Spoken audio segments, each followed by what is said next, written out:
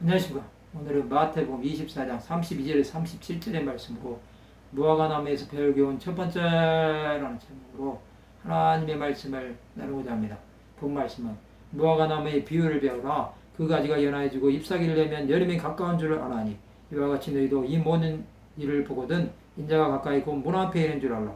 내가 진실로 너에게 말하노니 이 세대가 지나가기 전에 이 일이 다 일어나리라. 천지는 없어질지언정 내 말은 없어지지 아니하리라. 그러나 그날과 그때는 아무도 모르나니 하늘의 천사들도 아들도 모르고 오직 아버지만 아시느니라. 너와 이때와 같이 인자의 마음도 그러하리라. 예수께서는 무화과나무의 비유를 말씀하십니다. 이것은 이스라엘의 독립을 예언하는 것입니다. 이스라엘은 멸망하지만 시간이 지나 하나님의 때가 되면 다시 나라를 회복하는 것입니다. 이 모든 일을 볼 때 인자지신 예수께서 다시 오시는 것입니다. 이스라엘 회복은 이렇게 중요한 사건입니다. 지금은 이스라엘은 전쟁 중에 있습니다. 그럼에도 하나님의 이스라엘을 지키시고 보호하십니다. 그들에게 일어나는 일은 하나님의 계획 가운데 있는 것입니다. 이 세대가 지나가기 전에 이 일이 다 일어나는 것입니다. 이스라엘이 회복되고 하나님의 나라가 임하게 된 것은 주 예수의 다시 오심으로 맞춰질 것입니다.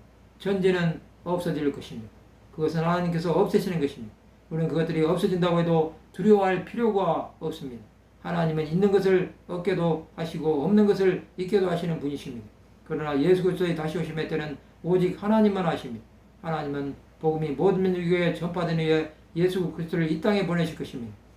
인자의 마음은 하나님의 손에 달려 있습니다. 우리는 그날을 바라보아야 합니다. 하나님이 없는 인생은 인자의 마음을 기다리지 않을 것입니다. 세상의 모든 것이 이스라엘 회복에 초점이 맞추어져 있습니다. 이것은 하나님의 시간표가 자기 백성에게 정해져 있다는 것입니다.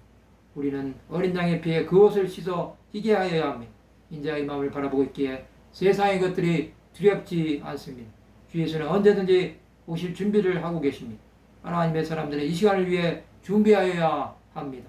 예수 그리스도는 어제나 오늘이나 영원토록 동일하십니다. 그 주님께서 우리 가운데 계시기에 세상이 우리를 넘어뜨리지 못합니다. 이제 이스라엘의 구원받을 영혼들이 돌아오고 있습니다. 이것은 마지막 때까지 계속될 것입니다. 이방인들의 구원도 하나님의 때까지 계속될 것입니다. 모든 민족에게 복음이 전파되는 것은 미전도 종족들이 돌아온다는 의미입니다. 이것을 위해 남은 시간 동안 주 예수를 전해야 합니다. 하나님 나라가 우리 안에 있습니다. 우리는 그것을 조금 더 의심하지 말아야 합니다. 세상의 것들이 다 사라져도 주 예수의 영원하심을 믿어야 합니다. 주 예수께서 다시 오시도록 우리의 삶을 날마다 거룩함으로 무장하여야 합니다. 오직 하나님의 뜻이 이 땅에 이루어지는 것이 우리의 목표가 되어야 합니다. 말씀을 마치고자 합니다.